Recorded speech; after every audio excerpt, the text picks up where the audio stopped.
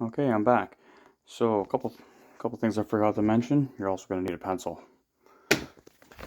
And when squaring up these pictures, you'll notice that the pumpkin isn't perfectly symmetrical all the way around. The two halves are different when they glue them together.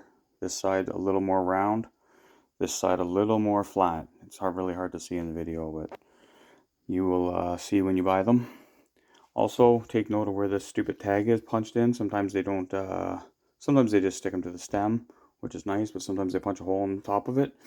Unfortunately, light is going to shine through that at the end. We can fix that later though. So I always try to carve on the flatter side, and I always try to find the center line of it. Oh boy, these things are rolly.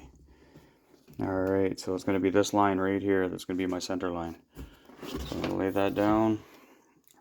And with the pencil, I've already marked the center line on the picture. So there's one there, one at the bottom as well.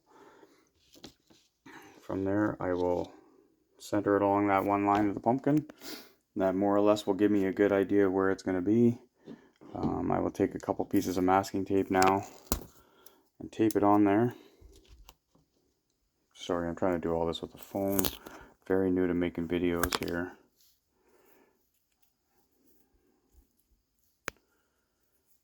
Of course, it's not coming off my finger.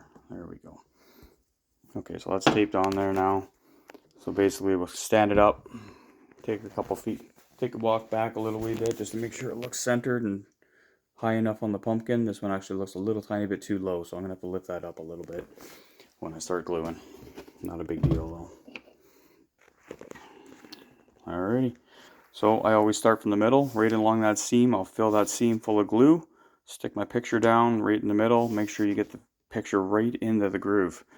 If you end up with air pockets when you start carving it, you're going to tear those pieces out, and it's going to make it really hard to figure out what you're supposed to be carving at that point when big holes are missing. So yeah, I'm going to go ahead and glue this down and show you what it looks like when I'm all done, and give you a couple more tips on how to keep things perfectly flat. Alright, we're back in a minute.